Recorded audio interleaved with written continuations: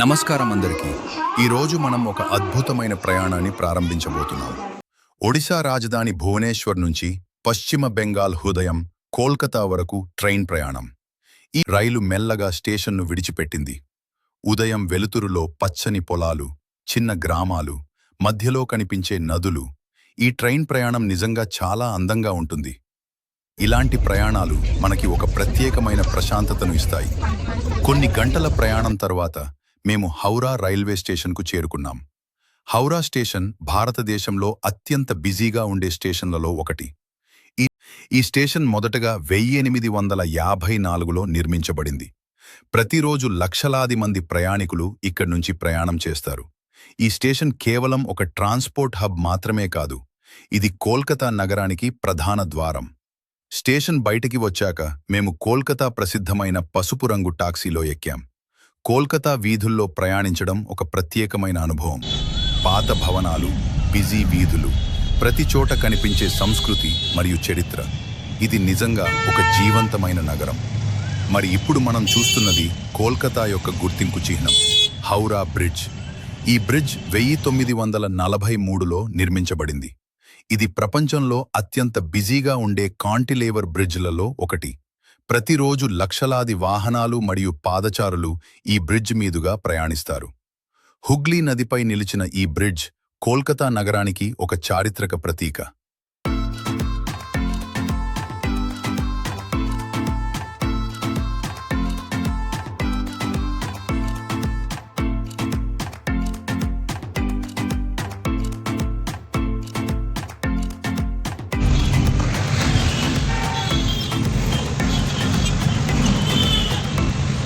కొద్దిసేపట్లోనే మేము మా హోటల్కి చేరుకున్నాం.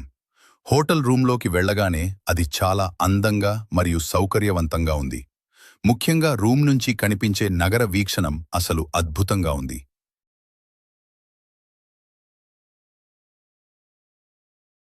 కొద్దిసేపు విశ్రాంతి తీసుకున్న తర్వాత మేము కోల్కతా యొక్క అత్యంత ప్రసిద్ధమైన ప్రదేశాల్లో ఒకటైన విక్టోరియా మెమోరియల్కి వెళ్ళాం. ఈ అద్భుతమైన భవనం బ్రిటిష్ సామ్రాజ్ఞి క్వీన్ విక్టోరియా జ్ఞాపకార్థం నిర్మించబడింది. ఇది 1906లో నిర్మాణం ప్రారంభమై 1921లో పూర్తి అయింది. తెల్లటి మార్బుల్ రాళ్లతో నిర్మించబడిన ఈ అద్భుతమైన భవనం కేవలం ఒక స్మారకం మాత్రమే కాదు, ఇది బ్రిటిష్ పాలన కాలంలో భారతదేశ చరిత్రను చెబుతున్న ఒక గొప్ప చిహ్నం.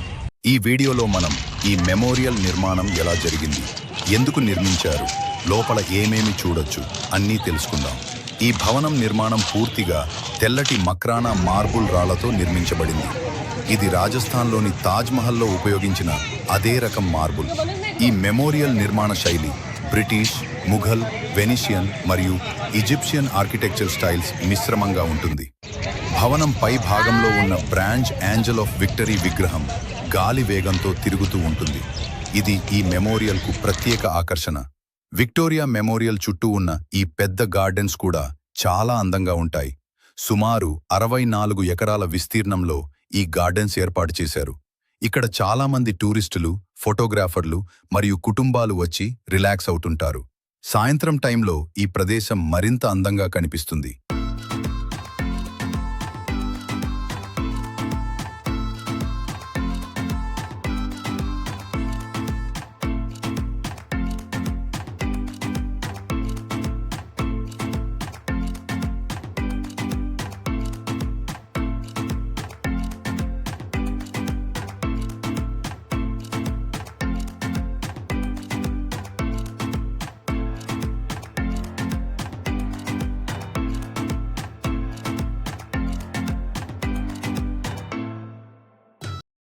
ఇప్పుడు మనం లోపల ఉన్న మ్యూజియం గురించి మాట్లాడుకుందాం.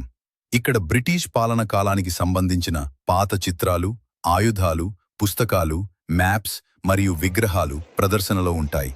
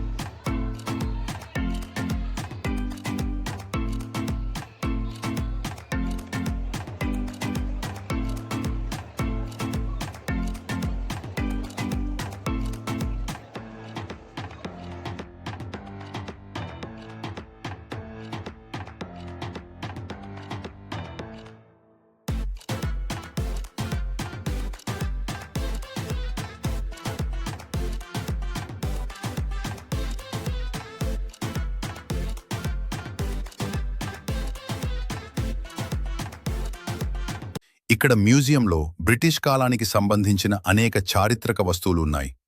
ఇలా మా భువనేశ్వర్ నుంచి కోల్కతా వరకు చేసిన ప్రయాణం చాలా అద్భుతంగా అనిపించింది. ట్రైన్ ప్రయాణం నుంచి హౌరా బ్రిడ్జ్ అందం వరకు మరియు విక్టోరియా మెమోరియల్ చరిత్ర వరకు ఈ నగరం నిజంగా సంస్కృతి, చరిత్ర మరియు జీవంతో నిండిపోయింది. ఇలాంటి మరిన్ని ప్రయాణ వీడియోలు చూడాలంటే మా ఛానల్ను సబ్స్క్రైబ్ చేయండి. మళ్ళీ మరో అద్భుతమైన ప్రయాణంలో కలుద్దాం. ధన్యవాదాలు.